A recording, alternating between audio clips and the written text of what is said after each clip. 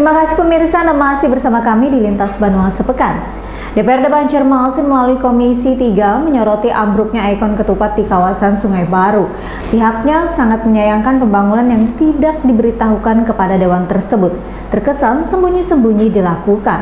Sementara itu, Dinas Pariwisata Pemuda dan Olahraga mengaku memang tidak secara jelas menyampaikan pembangunan tersebut saat pembahasan bersama dewan. Ambruknya maskot ketupat di wisata Siring kawasan Sungai Baru Banjarmasin Tengah menjadi sorotan DPRD Kota Banjarmasin. Wakil Ketua Komisi 3 Apri sangat menyayangkan pembangunan maskot ketupat yang tidak diberitahukan kepada pihaknya hingga seolah pembangunannya terkesan sembunyi-sembunyi. Ini disampaikannya saat di gedung DPRD beberapa waktu lalu.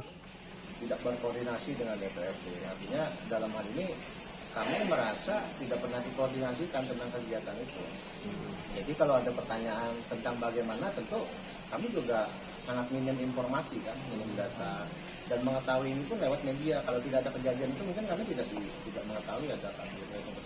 Nah, inilah yang kita maksud, sistem harmonisasi antara pemerintah daerah dengan DPRD itu harus terjalin supaya berbagai macam kegiatan yang memang tujuannya adalah untuk kemajuan Kota Banjarmasin itu bisa terselenggara dengan baik. Aprijal menilai Pemko Banjarmasin mengabaikan DPRD dalam pembangunan maskot tersebut.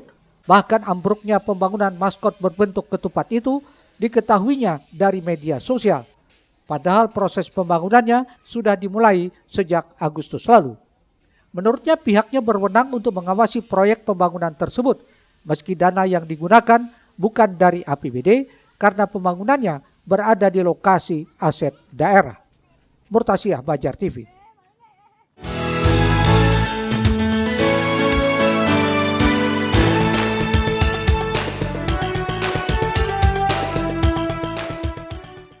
Selanjutnya pemirsa, pengerjaan Jalan Pangeran Abdurrahman Kelurahan Pesayangan di Martapura Kabupaten Banjar kini sudah rampung.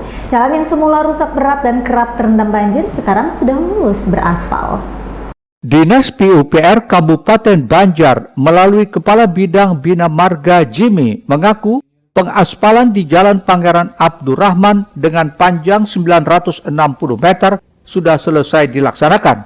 Dalam waktu yang tidak lama, proyek senilai Rp950.685.000 ini akan segera dilakukan serah terima pekerjaan.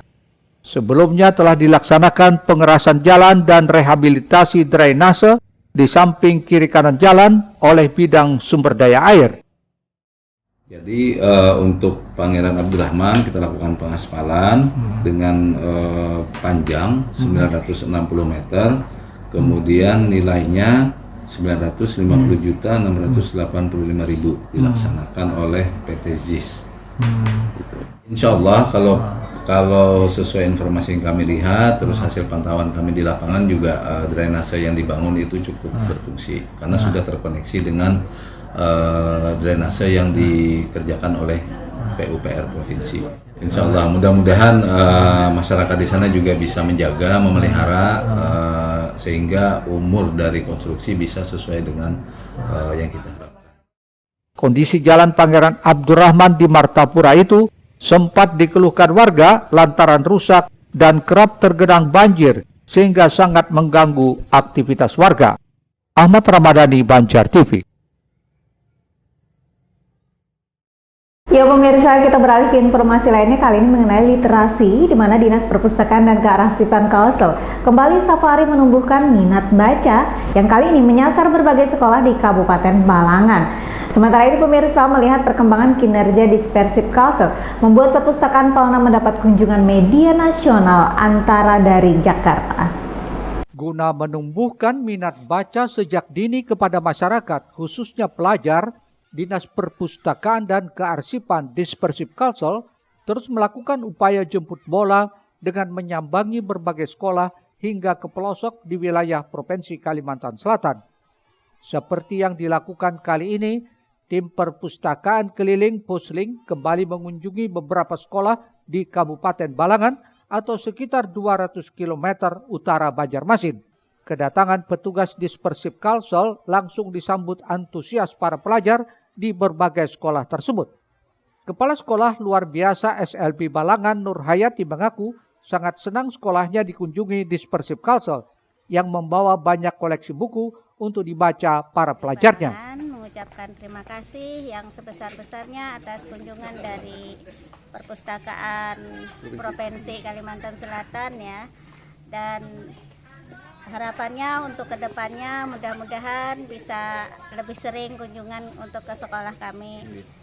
Sementara itu, Guru Madrasah Ibtidaiyah 1 Balangan, M. Busairi, mengungkapkan rasa terima kasihnya atas suksesnya kunjungan Dispersif Kalsel ke sekolahnya dan berharap perpustakaan keliling Pusling dapat berkunjung kembali pada kesempatan berikutnya. Sudah didatangi oleh perpustakaan daerah dari Palangan. Alhamdulillah antusias siswa-siswi kami sangat berminat, dan alhamdulillah mereka kelihatannya sangat senang, sangat berbahagia dengan kedatangan perpustakaan Palangan ini. Murtasiah, Banjar TV.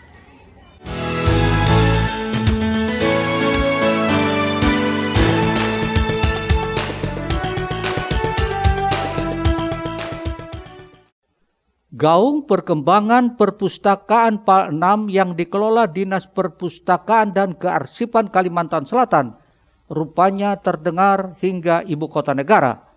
Inilah yang membuat awak media nasional Antara harus menyambangi Dispersif Kalsel di kawasan Jalan Jenderal Ahmad Yani, kilometer 6 Banjarmasin. Tamu tersebut langsung diterima Kepala Dispersif Kalsel yang sengaja mampir untuk melakukan wawancara terkait perkembangan perpustakaan di Kalimantan Selatan. Menurut Rauf, reporter Antara Jakarta, selain ruangan yang bagus, buku-bukunya juga baru-baru, dirinya juga mengapresiasi perkembangan Dispersif Kalsel karena memiliki berbagai sarana fasilitas lengkap seperti gedung teater, gedung disabilitas, dan tanaman hidroponik. Tidak hanya itu, reporter Antara ini juga memuji perpustakaan PAL 6 yang terus memperluas marketnya. Pengunjung perpustakaan tidak hanya terbatas untuk membaca, karena ternyata tempat ini juga bisa dipergunakan menjadi ruang publik yang sangat baik.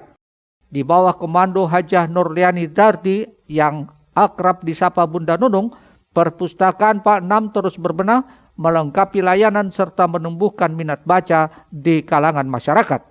Murtasiah, Banjar TV. Ya pemirsa, kita beralih informasi lainnya, kali ini mengenai usai diresmikannya dermaga wisata Kampung Hijau. Kini aktivitas ekonomi di kawasan tersebut mulai menggeliat menyambut wisatawan susur sungai.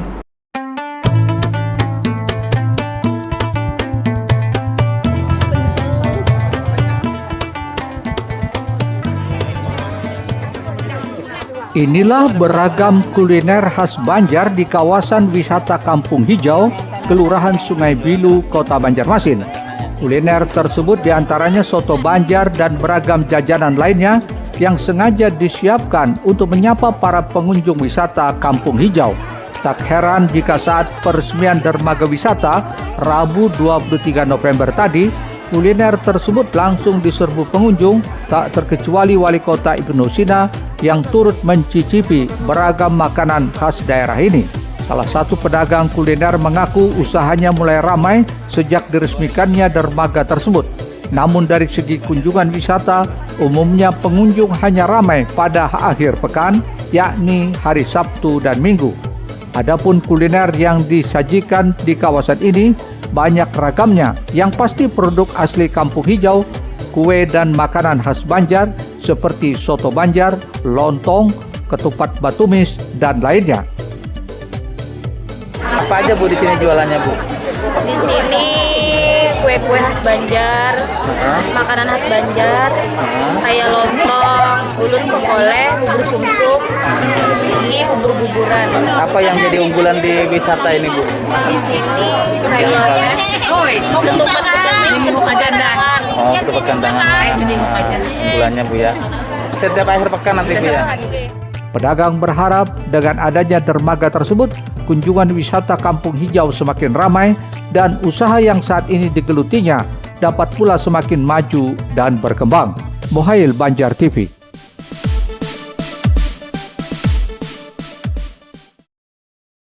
Pemirsa, setelah yang satu ini peluncuran Yayasan Anggrek Nusantara, tetaplah di Banjar TV.